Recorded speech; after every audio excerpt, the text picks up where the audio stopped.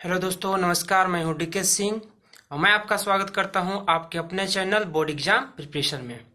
तो दोस्तों, आज हम लोग यहां पे बात करने वाले हैं क्लास 10 का सिलेबस, जो कि आपके बोर्ड एग्जाम सीबीएसई, आईसीएसई और स्टेट बोर्ड सारे बोर्ड के लिए काफ़ी यूजफुल है, काफ़ी इम्पॉर्टेंट है। ठीक है ना। तो हमारा फोकस यहाँ पे क्या होना है, 2023 का आने वाले बोर्ड एग्जाम में हमारा फोकस होने वाला है। ठीक है। तो आज हम लोग इसी टॉपिक पे बात करेंगे और आज का जो हमारा टॉपिक है वो केमिस्ट्री का टॉपिक है। केमिस्ट्री में एक चैप्टर हमारे पास है कार्बन एंड इट्स कंपाउंड, जो क्लास 10 का एनसीईआरटी का सिलेबस है। तो आज उसके हम लोग एक टॉपिक के बारे में बात करेंगे और टॉपिक हमारा है ये how to differentiate between saturated and unsaturated compound. तो अगर दोस्तों यहाँ पे हम लोग बात करते हैं सैचुरेटेड या अनसैचुरेटेड कंपाउंड के बारे में, तो बेसिकली क्या है, ये हाइड्रोकार्बन से। और हाइड्रोकार्बन का मतलब क्या होता है कि कोई भी कंपाउंड जिसमें हाइड्रोजन और कार्बन होना जरूरी है। मतलब कह सकते हैं कोई भी कंपाउंड जिसमें हाइड्रोजन है और कार्बन है वो हाइड्रोकार्बन कहलाएंगे। लेकिन ऐसा एकदम जरूरी नहीं है कि जिसमें हाइड्रोजन हो, कार्बन हो, लेकिन अगर उसके अलावा भी कोई कंपाउंड हो गया तो क्या उसको हाइड्रोकार्बन नहीं बोलेंगे? तो ऐसा नहीं है। मतलब कार्बन और हाइड्रोजन होना जरूरी है, उसके अलावे और भी मतलब ऑक्सीजन या और भी मान लीजिए नाइट्रोजन, अलग अलग एलिमेंट हो सकते हैं। ठीक है। तो आज हम लोग यहाँ वही बात करने वाले हैं कि सैचुरेटेड कंपाउंड होता क्या है ना। ये हाइड्रोकार्बन के टाइप होते हैं और हाइड्रोकार्बन के दो टाइप होते हैं। पहला टाइप होता है सैचुरेटेड हाइड्रोकार्बन और सेकंड टाइप होता है अनसैचुरेटेड हाइड्रोकार्बन। ठीक है ना।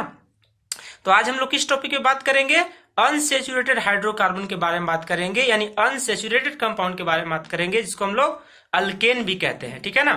तो अगर इसके डेफिनेशन के बारे में हम लोग यहाँ पे बात करें तो कह सकते हैं कि any compound containing single bond only between carbon and carbon. यहाँ पे लोग डेफिनेशन क्या यहाँ पे देख रहे हैं कि एनी कंपाउंड या any organic compound containing single bond only between carbon and carbon are called saturated compounds. मतलब कोई भी ऐसा ऑर्गेनिक कंपाउंड या कोई भी ऐसा हाइड्रोकार्बन जिनमें कार्बन कार्बन के बीच सिर्फ सिंगल बॉन्ड होना चाहिए। ठीक है, सिंगल बॉन्ड होना चाहिए, तो उसे हम लोग क्या बोलेंगे, सैचुरेटेड हाइड्रोकार्बन या सैचुरेटेड कंपाउंड या अल्केन बोलेंगे। ठीक है ना।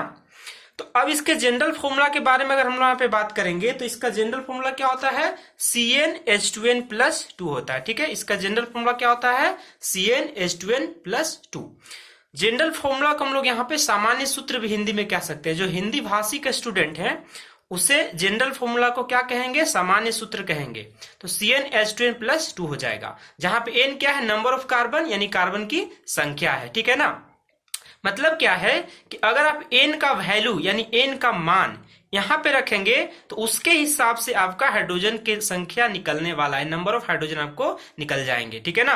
तो जनरल फॉर्मूला क्या होता है, CnH2n+2 होता है। अब इसी के बेसिस पे मैं आपको यहाँ पे सिखाने वाला हूं कि आखिर किस प्रकार से यहाँ पे हम लोग टेबल को भरेंगे और कैसे हम लोग को आसानी से याद रहने वाला है। ठीक है ना।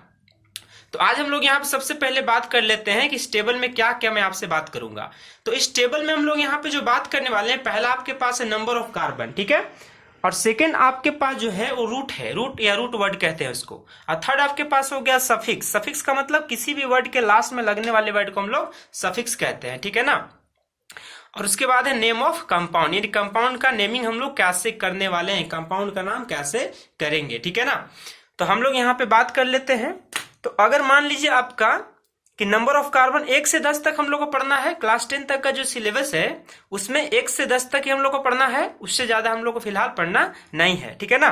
तो अगर मान लीजिए आपके पास कि नंबर ऑफ कार्बन 1 रहेगा तो उसके लिए हम लोग क्या लिखते हैं, मीथ लिखते हैं। इसके लिए जो रूट वर्ड होगा वो क्या होता है, मीथ होता है। उसी प्रकार से मैं लिखूंगा एक एक करके नंबर ऑफ कार्बन 1 2 3 4 5 और इसी प्रकार से 10 तक मैं लिखूंगा। तो पहले वाले की अगर हम लोग यहाँ पे बात करेंगे तो मीथ होगा रूट वर्ड, और दूसरे के लिए होता है ईथ, ETH, ईथ। ठीक है ना। उसके बाद थर्ड में क्या हो जाएगा, प्रोप, PROP, प्रोप। 4 नंबर में क्या हो जाएगा, ब्यूट। 5 नंबर में क्या हो जाएगा, पेंट। 6 नंबर में क्या हो जाएगा, हेक्स। 7 नंबर में हेप्ट। 8 नंबर में ऑक्ट। 9 नंबर में नॉन और 10 नंबर में डेक हो जाएगा। तो ये हमारा रूट वर्ड लिखने का तरीका है कि अगर मान लीजिए आपको पता है कि किसी भी सैचुरेटेड कंपाउंड यानी अल्केन में नंबर ऑफ कार्बन 1 से 10 अगर आपको पता है तो इस प्रकार से आपको रूट वर्ड पता होना चाहिए, ठीक है ना। ये अगर आपको पता नहीं होगा तो जो कार्बन एंड इट्स कंपाउंड नाम का जो चैप्टर है क्लास 10 एनसीईआरटी में, वो आपको समझ में नहीं आने वाली है। बात समझ रहे हैं? चलिए ठीक है। तो अभी हम लोग यहाँ पे बात करते हैं इसके लिए सफिक्स हम लोग क्या लिखेंगे। तो एक बात हमेशा आपको क्या याद रखना है कि सफिक्स अगर आप लिखने वाले हैं अल्केन के लिए तो हमेशा उसके लिए सफिक्स क्या होता है, ANE। क्या होगा? ANE। और हिंदी में हम लोग क्या बोलते हैं? N, ठीक है ना। ANE सब में ही लिखने वाले हैं, चाहे प्रोप का होगा, ब्यूट के लिए पेंट या डेक तक, जहां तक भी आप लिख रहे हैं। नंबर ऑफ कार्बन अगर मान लीजिए 1 से 10 तक कहीं पे भी आप लिख रहे हैं तो उसके लिए आपको सफिक्स हमेशा क्या लगाना है? N लगाना है। अगर दोनों बातें आपको अगर बढ़िया से समझ में आ जाता है, इसका मतलब है कि आपको किसी भी अल्केन का यानी अल्केन फैमिली का, अल्केन परिवार का आप नाम आसानी से बता सकते हो, जिसे हम लोग आईयूपीएसी नॉमेनक्लेचर या नामकरण कहते हैं ना। इंग्लिश में बोलेंगे नॉमेनक्लेचर, हिंदी में क्या बोलते हैं? नामकरण बोलेंगे, ठीक है ना। तो चलिए मैं एक एक करके आपको यहाँ पे मैं बता देता हूँ कैसे यहाँ पे लिखना है। बहुत आसान है, एकदम ध्यान से देखते जाइएगा, ठीक है। तो हम लोग यहाँ पे बात करेंगे, अगर मान लीजिए नंबर ऑफ कार्बन आपके पास 1 हो गया, ठीक है ना, कार्बन की संख्या अगर 1 हो गया तो उसके लिए रूट वर्ड क्या होता है? मिथ। और सफिक्स क्या लगाना होता है? ANE यानी कि मिथे, ठीक है ना। तो हम लोग यहाँ पे सबसे पहले इसका नाम लिखने वाले हैं मिथ, और लास्ट में क्या लगा देना है? ANE। तो इसका नाम क्या हो गया? मीथेन। उसी प्रकार सेकेंड वाले का नाम हो जाएगा इथेन। मैं यहाँ पे कुछ नहीं कर रहा हूं, बस यहाँ पे जो रूट वर्ड है उसके साथ सफिक्स ANE लगा रहा हूं, ठीक है ना। सबके साथ ऐसे लगाना है, 1 से लेकर 10 तक आप पाएंगे कि आपका टेबल कंप्लीट हो गया, ठीक है ना। तो अब मैं यहाँ पे लिखने वाला हूं, अगर मान लीजिए नंबर ऑफ कार्बन आपके पास 3 हो गया तो क्या लिखेंगे? प्रोपेन। नंबर ऑफ कार्बन 4 हो गया तो क्या लिखेंगे? ब्यूटेन। नंबर ऑफ कार्बन अगर 5 हो गया तो क्या लिखेंगे? पेंटेन। नंबर ऑफ कार्बन 6 रहेगा तो क्या लिखेंगे? हेक्सेन। उसी प्रकार से आ जाएगा आपका हेप्टेन, फिर आ जाएगा ऑक्टेन, उसके बाद आ जाएगा नोनेन, और उसके बाद लास्ट में आ जाएगा आपका डेकेन, ठीक है ना। तो मैंने यहाँ पे क्या किया कि नंबर ऑफ कार्बन को देखकर 1 रहेगा तो मिथ, 2 रहेगा तो इथ, इस प्रकार से 10 तक मैंने देख लिया, और सब में क्या लगा देना है? सफिक्स लगा देना है। और सफिक्स यहाँ पे क्या रहेगा? ANE। हमेशा याद रखिए कि जब भी आपके पास अगर मान लीजिए हाइड्रोकार्बन कौन सा है? अल्केन है, ठीक है ना। अगर अल्केन रहेगा तो आप क्या जनरल फॉर्मूला यूज करने वाले हैं? CnH2n+2। और सबके लिए आपको यहाँ पे क्या करना है? आपको मॉलिक्यूलर फॉर्मूला लिखना है, मान लीजिए, या नाम लिखना है, एलिमेंट का नाम, कंपाउंड का लिखना है यहाँ पे, ठीक है ना। तो क्या लिखेंगे? ANE लास्ट में ऐड करते जाना है आपको। बात समझ में आ रही है? चलिए, तो अगर मान लीजिए आपके पास इस तरह से नेम आपको पता हो गया, अब इसका स्ट्रक्चर कैसे लिखेंगे, ठीक है ना। कैसे स्ट्रक्चर हम लोग यहाँ पे लिखते हैं, यहाँ पे मैंने आपको रूल सिखा दिया है ना, rules for writing formula, formula लिखने का रूल मैंने सिखा दिया। अब मैं एक एक करके आपको यहाँ पे बताने वाला हूं कि अगर ये जनरल फॉर्मूला यानी जो सामान्य सूत्र हमारे पास है, इसमें अगर n का मान यानी वैल्यू ऑफ n है ना, अगर एक एक करके रखते चले जाएंगे तो किस प्रकार से आपका इसका स्ट्रक्चर मिलने वाला है, ठीक है ना। तो देखिए यहाँ पे अगर मान लीजिए, ध्यान से देखिएगा कि अगर n का वैल्यू आप यहाँ पे 1 रखते हैं, फॉर्मूला आपके पास क्या है? CnH2n+2 है ना। तो n का वैल्यू अगर मान लीजिए आप यहाँ पे क्या रखते हैं? 1 रखते हैं, तो यहाँ पे हो जाएगा C1।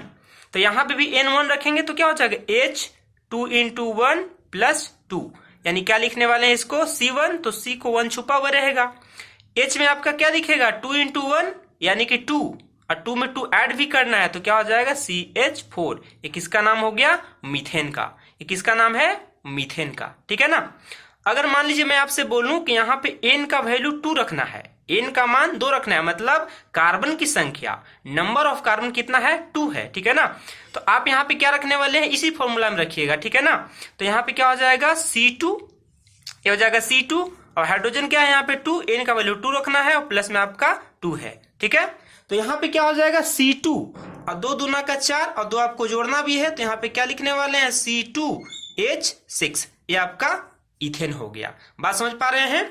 तो इसी प्रकार से करके हम लोग एक एक यहाँ पे लिखेंगे। उसके बाद मैं सिखाऊंगा कि इसका स्ट्रक्चर यानी संरचना भी कैसे दिखाते हैं, संरचना हम लोग कैसे इसको ड्रॉ करते हैं, ठीक है ना। तो चलिए मैं यहाँ पे बात कर लेता हूं, ठीक है। अब मैं कार्बन की संख्या में यहाँ पे 3 रख दूंगा, ठीक है ना। तो कार्बन की संख्या मैं यहाँ पे जब 3 रखूंगा तो कैसे हम लोग यहाँ पे देखेंगे उसको आप समझिए। यहाँ पे अगर मान लीजिए यहाँ पे कि आपका अगर n का मान अगर 3 हो गया, वैल्यू ऑफ n कितना रखेंगे 3, यानी कार्बन की संख्या कितना है 3 है ना। तो यहाँ पे क्या रखने वाले हैं Cn यानी कि C3H2 इंटू 3 प्लस क्या रखेंगे 2। तो फॉर्मूला क्या बनेगा C3, H क्या हो जाएगा 3 दूना 6 और 2 ऐड भी करना है तो यहाँ पे क्या हो जाएगा 8 हो जाएगा। यहाँ पे मैं फिर एक बार लिख देता हूं जनरल फॉर्मूला CnH2n प्लस 2। ये किसका जनरल फॉर्मूला है अल्केन का, है ना। अल्केन का जनरल फॉर्मूला यानी अल्केन का सामान्य सूत्र होता है। बात समझ पा रहे हैं। अब मान लीजिए अगर मान लीजिए n का संख्या आपके पास कितना है 4 है, यानी कार्बन की संख्या 4 है, तो आप क्या लिखेंगे C4, है ना। क्या लिखेंगे C4 और यहां भी 4 पुट करना पड़ेगा कार्बन, तो लिखेंगे यहाँ पे H2 इंटू 4 प्लस 2 हो जाएगा, यानी कि C4H 4 दूना का 8 हो गया और 2 ऐड भी करना है तो क्या हो जाएगा 10। तो इस प्रकार से आप यहाँ पे क्या देख पा रहे होंगे कि जितना हमारे पास कार्बन की संख्या है ना उससे डबल से 2 ज्यादा हाइड्रोजन की संख्या है। मैंने क्या बोला कि यहाँ पे आप क्या देख पा रहे हैं कि अगर कार्बन की संख्या जो भी होगा उसका डबल से 2 ज्यादा हाइड्रोजन की संख्या है, ठीक है ना। जैसा कि यहाँ पे आप देख पा रहे हो कार्बन का वैल्यू कितना है n, तो हाइड्रोजन का वैल्यू कितना है 2n प्लस 2, 2 ज्यादा भी रहेगा। तो इसी प्रकार से मान लीजिए अगर n का वैल्यू कितना रहेगा 5 रहेगा, ठीक है। n का वैल्यू कितना रहेगा 5, n का वैल्यू 6, 7, एक एक करके मैं यहाँ पे लिख दे रहा हूं, ठीक है। n का वैल्यू कितना हो गया मान लीजिए 8, या n का वैल्यू कितना हो गया 9, n का वैल्यू 10। तो मैं अब डायरेक्ट यहाँ पे लिख रहा हूं क्योंकि मुझे लग रहा है ऐसा कि आपको बातें समझ में आ गई होगी। करना आपको कुछ नहीं है, जितना कार्बन की संख्या होगा उसके डबल से 2 ज्यादा आपको हाइड्रोजन यहाँ पे लिख देना है। बात समझ रहे हैं ना। चलिए बहुत बढ़िया। अब हम लोग यहाँ पे लिखने वाले हैं C5, तो हाइड्रोजन कितना हो जाएगा 5 2 जा 10 और 2 जोड़ना भी है तो हो जाएगा 12। यहाँ पे लिख दूंगा n का वैल्यू कितना 6, तो C6H12 प्लस 2 तो कितना हो जाएगा 14। यहाँ पे C लिखूंगा कितना 7, तो कितना हो जाएगा H 7 दूना 14 हो गया और 2 जोड़ना भी है तो 16 हो गया। बात समझ पा रहे हैं। अब हो गया C का वैल्यू 8, तो यहाँ पे 16 और 2 18 करेंगे। C का वैल्यू 9 हो गया तो यहाँ पे क्या करेंगे, यहाँ पे हाइड्रोजन आएगा 9 दूना 18 और 2 20 आ जाएगा। C का वैल्यू अगर 10 रहेगा तो यहाँ पे 10 2 जा कितना 20 ना, 10 दूना का 20 होता है और 2 जोड़ना भी है तो 22 हो गया। इस प्रकार से आप देखेंगे यहाँ पे कि ऑर्गेनिक कंपाउंड क्या यानी हाइड्रोकार्बन जो कि अल्केन परिवार के हैं, अल्केन फैमिली का है ना, उसका आपको यहाँ पे फॉर्मूला पता चल गया, ठीक है। अब हम लोग इसका संरचना कैसे ड्रॉ करते हैं, ठीक है ना। अब इसका हम लोग संरचना कैसे ड्रॉ करेंगे, यहां से बोर्ड एग्जाम में काफी सवाल पूछे जाते हैं, इसीलिए बहुत एकदम ध्यान से देखते रहिएगा ना। बिल्कुल मैं आराम से आपको बता रहा हूं, एकदम आपको कुछ नहीं करना है, वीडियो में बने रहिए, उसको देखते रहिए, एक एक चीज आपको मैं समझाऊंगा और आपको काफी बारीकी से काफी बढ़िया तरीका से समझ में भी आएगी, ठीक है ना। तो अगर मान लीजिए आपको यहाँ पे स्ट्रक्चर बनाने के लिए बोल दिया जाएगा तो हमें क्या पता होता है, एक चीज मैं आपको बता दे रहा हूं यहाँ पे, जैसा कि हम लोग जानते हैं बेसिक बात है कि अगर मान लीजिए आपके पास कार्बन है तो कार्बन के लिए क्या हम लोग जानते हैं कि कार्बन के लिए जो एटॉमिक नंबर होता है कितना होता है 6 होता है, ठीक है ना। कार्बन का एटॉमिक नंबर कितना होता है 6, कैपिटल जेड से लिखेंगे। अगर मैं आपसे बात करूं कि इसका इलेक्ट्रॉनिक कॉन्फ़िगरेशन लिखना है, क्या बोला मैंने कि अगर इसका इलेक्ट्रॉनिक कॉन्फ़िगरेशन लिखना है तो हम लोग कुछ इस प्रकार से ड्रॉ करते हैं, यहाँ पे KLM और N सेल ड्रॉ करते हैं। तो टोटल नंबर ऑफ इलेक्ट्रॉन, कुल कार्बन की संख्या कितना है यहाँ पे 6 है, तो क्या लिखेंगे पहले वाले में 2 भरेगा और बाद में 6 भरेगा। इसका मतलब है कि कार्बन मैक्सिमम कितना बॉन्ड बनाएगा 4 बॉन्ड बनाएगा। इसको लोग टेट्रावैलेंसी कहेंगे। क्या बोलेंगे टेट्रावैलेंसी बोलेंगे। बात समझ पा रहे हैं ना। चलिए ठीक है। तो टेट्रावैलेंसी का मतलब क्या हो गया, कार्बन अधिक से अधिक है ना मैक्सिमम 4 ही बॉन्ड बनाएगा। तो हम लोग यहाँ पे क्या देखने वाले हैं, अगर मान लीजिए आपको मीथेन का लिखना है, जैसा कि मैंने अभी बताया आपको मीथेन, तो मीथेन का आपको मान लीजिए स्ट्रक्चर ड्रॉ करना है ना, तो क्या करेंगे आप यहाँ पे कार्बन 1 है आपके पास, लेकिन हाइड्रोजन का संख्या कितना है 4 है, ठीक है ना। तो 1 2 3 4 ये आपका क्या आ गया हाइड्रोजन। क्या लिखेंगे हाइड्रोजन। तो ये किसका स्ट्रक्चर हो गया मीथेन का। किसका स्ट्रक्चर हो गया मीथेन का स्ट्रक्चर है, ठीक है ना। अगर आप हिंदी में इसी को लिखना चाहेंगे तो मीथेन, जो हिंदी भाषी के स्टूडेंट देख रहे हैं वो ऐसे लिखेंगे मीथेन। उसी प्रकार से इथेन, इथेन, प्रोपेन, ब्यूटेन, सारा खेल वही है बस, ठीक है ना। बस इंग्लिश मीडियम वालों को ऐसा लिखना होता है METH करके, और आपको मीथेन ऐसा हिंदी में लिखना होता है, बाकी सेम ही है, ऐसा पढ़ते सेम ही है। बात समझ पा रहे हैं? चलिए ठीक है। अगर मान लीजिए आपसे मैं बोलूं कि इथेन का हमें ड्रॉ करना है, ठीक है ना, किसे ड्रॉ करना है? इथेन का। तो यहाँ पे इथेन के लिए मैंने क्या बोला कि कार्बन की संख्या 2 होना चाहिए, तो हाइड्रोजन की संख्या कितना होगा? डबल से 2 ज्यादा। तो कार्बन मैंने बोला कि 2 रखना है, तो हाइड्रोजन कितना हो जाएगा? डबल का 2 ज्यादा, तो 2 दूना का 4 और 2 ज्यादा यानी कि 6, आपका इथेन हो गया। ठीक है ना, बात समझ पा रहे हैं? तो इथेन में क्या दिख रहा है आपको? 2 कार्बन, नंबर ऑफ कार्बन क्या है? 2, यानी कार्बन की संख्या कितना है? 2 है। तो क्या लिखेंगे आप यहाँ पे? 2 को पहले कार्बन आप ड्रॉ कीजिए, उसके बाद क्या करना है? 1 2 3 4 5 6 ऐसे आपको बॉन्ड बनाना है। और देखिए आपको एक बात यहाँ पे क्या ध्यान रखना है कि कार्बन मैक्सिमम कितना बॉन्ड बना सकता है? 4 बॉन्ड बना सकता है, इससे ज्यादा बॉन्ड बनाने की कैपेसिटी कार्बन के पास भी नहीं है। ठीक है ना, तो एक बॉन्ड इस कार्बन के लिए पहले से बना हुआ था, यानी 3 बॉन्ड खाली था, तो 1 2 3 मैंने क्या किया? 3 बॉन्ड बना दिया। अगर आप दूसरे वाले कार्बन देखेंगे तो इसका भी एक बॉन्ड पहले से बना हुआ था, यानी कि 1 2 3 यहाँ पे कार्बन आपके पास 3 बॉन्ड यहाँ पे भी खाली था, मतलब 6 बॉन्ड खाली दिख रहे हैं। इसका मतलब क्या है कि 6 का 6 बॉन्ड किससे जुड़े हुए होंगे? हाइड्रोजन से। तो इस प्रकार से यहाँ पे क्या करेंगे आप? हाइड्रोजन को लिख देंगे। बात समझ पा रहे हैं? ठीक है ना। इसी प्रकार से आपको यहाँ पे क्या करना है? मान लीजिए कार्बन की संख्या 3 हो गया, ठीक है ना, कार्बन की संख्या कितना हो गया? 3 हो गया, तो हाइड्रोजन कितना हो जाएगा? डबल से 2 ज्यादा, यानी 3 दूना का 6 और 2 ज्यादा भी है, तो कितना हो जाएगा? 8 हो जाएगा। तो आपका इसका नाम क्या लिखना पड़ेगा? प्रोपेन। क्या लिखेंगे? प्रोपेन। अब इसका नाम क्या हो जाएगा? इथेन। 2 कार्बन था, 2 कार्बन के लिए इथ होता है और हम लोग एन सफिक्स लगाते हैं ना, तो क्या हो जाएगा? इथेन। बात समझ पा रहे हैं? ठीक है, बहुत बढ़िया। चलिए अब लोग यहाँ पे बात कर लेते हैं प्रोपेन का। तो प्रोपेन को आप हिंदी में ऐसे लिख सकते हो, प्रोपेन। ठीक है ना, हिंदी भाषी लोग ऐसे लिखेंगे, प्रोपेन। बाकी सारा सेम होने वाला है, कुछ खास डिफरेंस यहाँ पे नहीं है। इसलिए आप ये मत सोचिए कि इंग्लिश मीडियम है, हिंदी मीडियम, उससे यहाँ पे कोई दिक्कत नहीं है, सारी सेम ही बातें हैं। बस इतना इतना देखिए आप, हल्का सा चेंज हो रहा है, बाकी फॉर्मूला वही लगने वाली है, कॉन्सेप्ट वही होने वाला है। ठीक है ना, बात समझ में आ गया? चलिए, तो यहाँ पे कार्बन की संख्या कितना दिख रहा है? 3 दिख रहा है ना, तो क्या करेंगे आप यहाँ पे? 1 2 3। ठीक है, अब आपको कितने हाइड्रोजन बनाने हैं? 8 बनाने हैं। देखिए 1 2 3 4 5 6 7 8, आपका 8 हाइड्रोजन कंप्लीट हो गया। और अगर ध्यान से आप देखेंगे तो सारे कार्बन में देखेंगे ना 4 बॉन्ड कंप्लीट हो जाएगा। 1 2 3 4 इस कार्बन के लिए पूरा हो गया। इसके लिए अगर देखेंगे 1 2 3 4 इसका भी पूरा हो गया।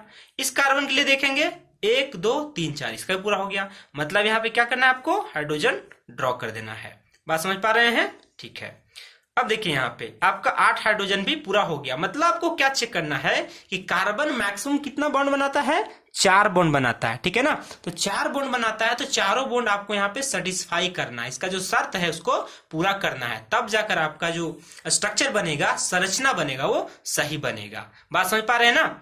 तो मुझे ऐसा लग रहा है कि इतना कॉन्सेप्ट देखने के बाद आपको समझ में आ गया होगा, और सारे फॉर्मूला यहाँ पे लिखा हुआ है, इसी प्रकार से आप बना लेंगे। आपको ध्यान क्या रखना है? General formula. ठीक है ना, आपको क्या ध्यान रखना है? यहाँ पे जनरल फॉर्मूला ध्यान रखना है, जो कि मैंने यहाँ पे बताया हुआ है, और अभी मैं यहाँ पे बता रहा हूँ। CnH2n+2 किसके लिए होता है? अल्केन के लिए होता है। ठीक है ना, और अल्केन क्या है? हाइड्रोकार्बन। कैसा हाइड्रोकार्बन? Saturated hydrocarbon. और सेचुरेटेड हाइड्रोकार्बन का मतलब मैंने क्या बताया कि कार्बन कार्बन के बीच कितना? सिंगल बॉन्ड होना चाहिए। जैसा कि आप यहाँ पे देख पा रहे होंगे, जैसे मैंने स्ट्रक्चर बनाया किसका? मीथेन का बनाया, इथेन का बनाया, फिर प्रोपेन का बनाया, तो सब का सब में आप देखेंगे कहीं पे भी कार्बन कार्बन के बीच में डबल बॉन्ड ट्रिपल बॉन्ड नहीं है, सिंगल सिंगल बॉन्ड सब में दिख रहा है। तो यही एक पहचान होता है, ये एक बेसिक आइडेंटिटी है अपना। बात समझ पा रहे हैं ना? तो ये चीज अगर आप ध्यान में रखेंगे तो ये जो चैप्टर आपका है बहुत ही आसान हो जाएगा, और मैं कोशिश करूंगा कि आपको ये चैप्टर बहुत आसानी तरीका से बारीकी से मैं समझाऊं, ताकि बोर्ड एग्जाम में आपको यहां से दिक्कत नहीं होगा। पहले मैं कुछ बेसिक कॉन्सेप्ट के बारे में बात कर लूंगा, उसके बाद धीरे धीरे करके मैं वो दिखाने की कोशिश करूंगा कि आखिर किस बोर्ड में कैसे सवाल इस चैप्टर से आते हैं। बात समझ पा रहे हैं ना? ठीक है, तो आज हम लोग इसी टॉपिक पे बात किए। अब नेक्स्ट वीडियो में जब मिलेंगे हम लोग, तो एक नए टॉपिक के साथ हम लोग बात करेंगे। ठीक है ना दोस्तों? तो चलिए आप हमें बताइएगा कि आपको कैसा लगा ये कॉन्सेप्ट, ठीक है ना। ये बहुत ही यूजफुल कॉन्सेप्ट है। और अगर आप मेरे चैनल में पहली बार आए हैं तो मेरे चैनल को सब्सक्राइब कर लीजिएगा। चैनल का नाम है बोर्ड एग्जाम प्रिपरेशन। मेरे से जुड़े रहिए और बोर्ड एग्जाम का तैयारी मजबूती के साथ करते रहिए, ठीक है ना। और हाँ दोस्तों, बेल बटन को दबाना मत भूलिएगा ताकि मैं अगला वीडियो जब भी अपलोड करूंगा तो आपको नोटिफिकेशन मिलता रहेगा, ठीक है ना। तो चलिए आज तक के लिए यहीं पे हम लोग रुकते हैं, इस वीडियो को फिनिश करते हैं। तब तक के लिए बाय बाय, धन्यवाद, थैंक यू, जय हिंद।